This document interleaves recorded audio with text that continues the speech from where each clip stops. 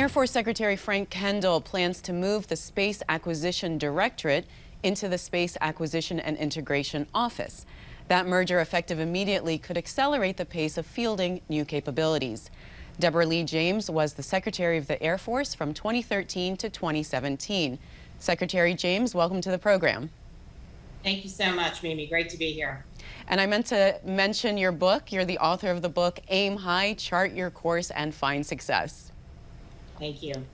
So why are there two offices for acquisition within the Space Force that have awfully similar names? Why did that happen to begin with? Well, let's back up for just a moment if we can, Mimi. Congress created the Space Force in the first place because they believed that the Air Force was not giving enough attention and budget and priority to space. And indeed, because there were many offices throughout the Department of Defense complex that focused on space. Why were there so many? Of particular note, they were unhappy with the speed of acquisitions. Well, that was 2 years ago. Now we're 2 years later, and they're still rather unhappy because they don't see that enough has changed. So what Frank Kendall is doing, and I think it's a good move, is he is moving out briskly early in his tenure to do what he can within his own control to start to police this up. And so, as you noted, he did recently announce the merger of these two offices, one of which currently sits within the Office of the Secretary of Defense. He's going to merge that with a different office, which currently sits within Headquarters Air Force, and begin to put these various pieces together under one leader. And how would that merger support the Space Force? Well, the idea, of course, is if you have all these disparate parts that are focused on acquisition, if you bring it under one leader, you can get that better focus and hopefully speed it up.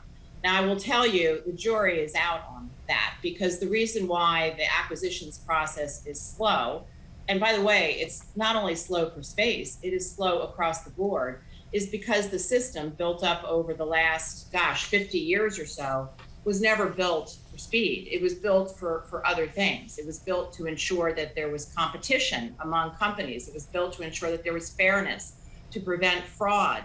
It was built to ensure that we would be able to deliver exquisite capabilities in many cases, and all of that adds up to slow. That does not add up to fast.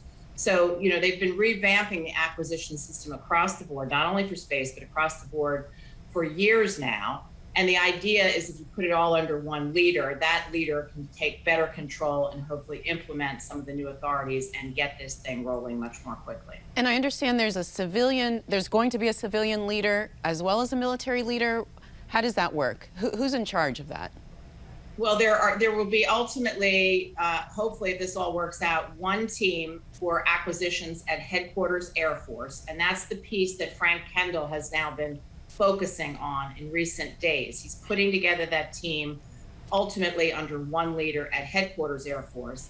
And then within the field, there will be other people who will actually be the implementers. Again, putting those different field offices together under a singular leader is being worked on as well. And keep in mind, there are pieces here that still reside within the Office of the Secretary of Defense.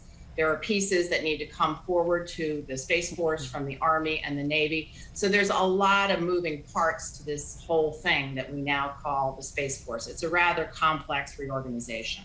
So what else do you suggest that the Air Force do to work to solve these problems of slow acquisitions and technology taking too long to field? Well, I think there have been many reports over the years, and we know the types of things that need to be done. But the problem is some of those things run against the grain of some of those other important priorities, like competition, like making sure that you have proper oversight to avoid fraud and these sorts of things. I think there's been study after study, and certainly as a person who had a career in industry, I can tell you, the more that you empower people at lower levels, the degree to which you put together different levels of review so that you don't review a program 10 times, hopefully you review a program 2 times. All of these reviews, all of these types of things slow things down. So these are some of the approaches that, again, the DoD has been working in this direction for some number of years. The problem is most of our existing programs that we read about in the news, the ones that are coming to fruition, are the ones that are still managed under sort of the older approaches. There's also new acquisition authorities in law, things like other transaction authorities, rapid prototyping, These are being increasingly used. The problem with these, though, is that they do entail more risk.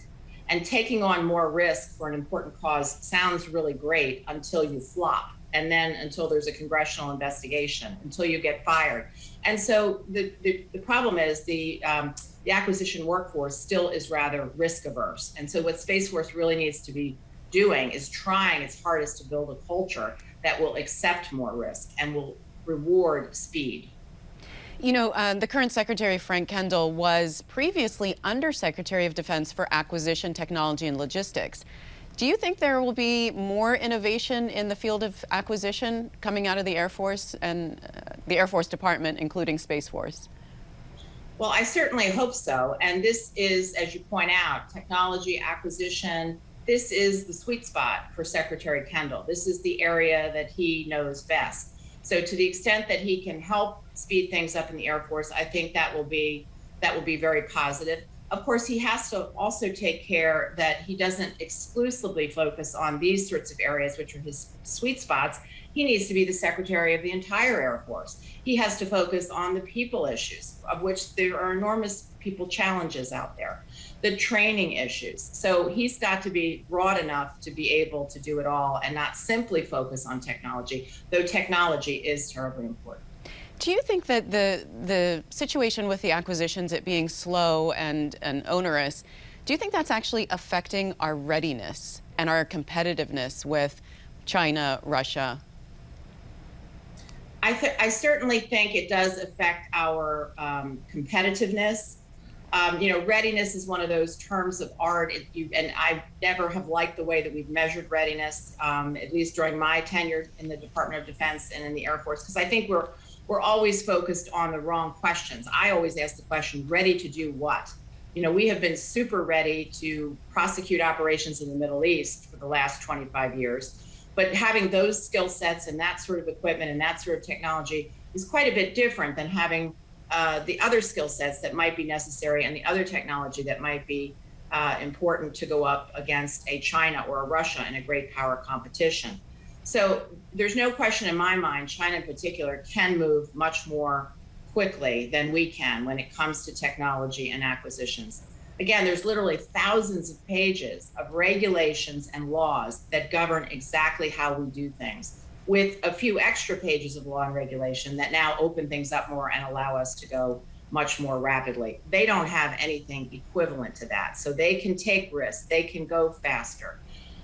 So we are always going to be somewhat at a disadvantage because of that, but then we have other advantages that we need to capitalize on. And I think our biggest advantage is the quality of our people and the smarts and the innovation that our people bring to the table. If we can just kind of get out of the way, empower more, let them do more, I think we'll have no problem. Well, we'll leave it at that. Secretary James, thanks so much for joining us. Thank you.